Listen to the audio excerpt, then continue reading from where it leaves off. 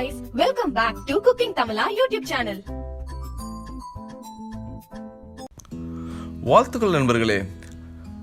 ஆய்வுகளின்படி பார்த்தீங்கன்னாக்கா மழை காலத்தில் அதிகமாக நோய் கிருமிகள்லாம் பரவும். காரணம் என்னன்னாக்கா காற்றில் உள்ள ஈரப்பதம். அதனால் பார்த்தீங்கன்னா ஜலதோஷம், இருமல், ஜுரம் போன்ற நோய்கள்லாம் வரும். இந்த மாதிரி நேரங்களில் நம்ம பாதுகாக்கிறதுக்கு ஒரு சூப்பரான ஒரு ரெசிபி தான் இன்றைக்கி பார்க்க போகிறோம். வாங்க அதை பற்றி பார்க்கலாம். இந்த பழமொழியை நீங்கள் கேட்டிருக்கீங்களா? முருங்கையை வைத்தவன் வெறுங்கோயிட போவான் அப்படின்னா என்னங்க? அதாவது முருங்கை மரத்தை வச்சு அதுலேருந்து வரக்கூடிய பொருட்களை சாப்பிட்றவன் வயோதிகத்தில் எந்த ஒரு தடியும் ஊனாமல் ஆரோக்கியமாக போவானா, அதுதாங்க இதுக்கு அர்த்தம்.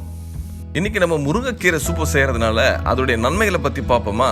முருங்கைக்கீரையை வேக வைத்து அதை சாரை சாப்பிட்டு வந்தாச்சுனாக்கா நம்மளுடைய உடல் சூடு தணிந்து மலச்சிக்கல் பிரச்சனை தீருங்க.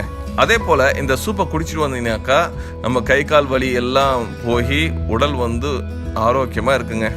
ஆண் பெண் இருபாலரும் இந்த முருங்கைக்கீரையை அதிகமாக உபயோகப்படுத்திட்டு வந்தாங்கனாக்கா அவங்களுக்கு மலட்டுத்தன்மை நீங்கி குழந்தை பிறக்கிறதுக்கு உண்டான வழியை பிறக்குங்க. முருங்கைக்கீரையை நெய்யில் வதக்கி தொடர்ந்து சாப்பிட்டு ரத்த சோகை நோய் குணமாகுங்க.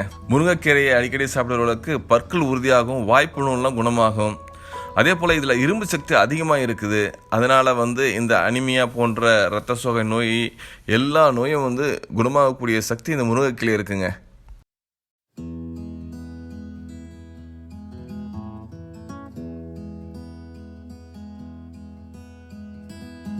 முருங்கைக்கீரை அடிக்கடி சாப்பிட்றவங்களுக்கு தலைமுடி கொட்டுறது நிற்கும். அதே போல் உடலில் தோல் சுருக்கங்கள் ஏற்படுது இல்லையா, அதையும் போக்கக்கூடிய வலிமை இதுக்கு இருக்குது.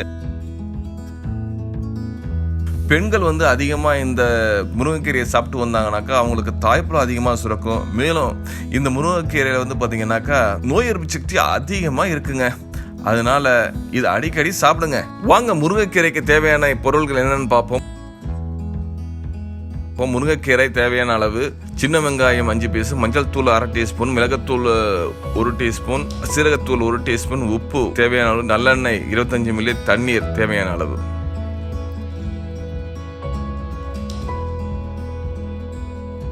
வெங்காயம் மற்ற தேவையான பொருட்கள் எல்லாம் ரெடி பண்ணி வச்சுங்க. ஏன்னா சூப் பண்ணுறதுக்கு ஈஸியாக இருக்கும். தேவையான முருங்கைக்கீரையை நல்லா வாஷ் பண்ணி எடுத்துங்க.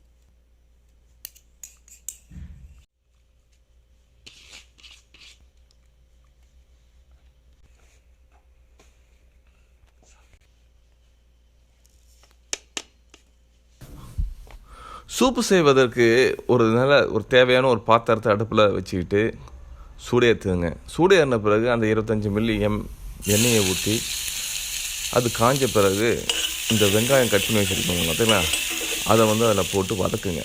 நல்லா அந்த வெங்காயம் நல்லா வதங்கி வந்த பிறகு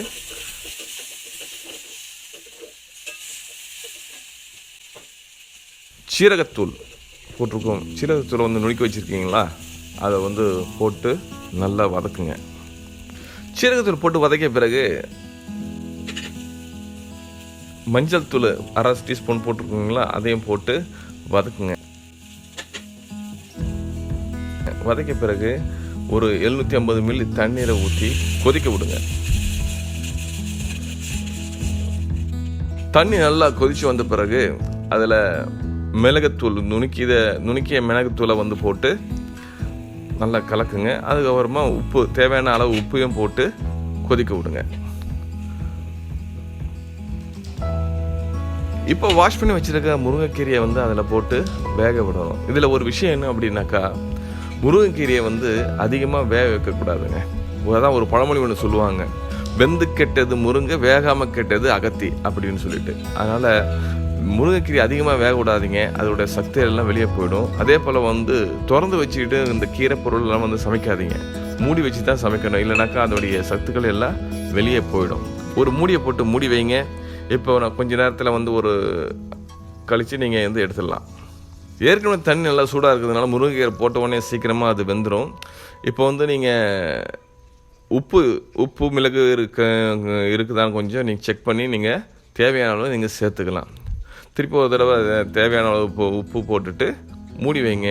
ஒரு 30 செகண்ட் போட வச்சுதானே போதும். மூடி வச்சுட்டு அதுக்கப்புறமா நீங்கள் வந்து இறக்கி அதை பரிமாற வேண்டியது தான்.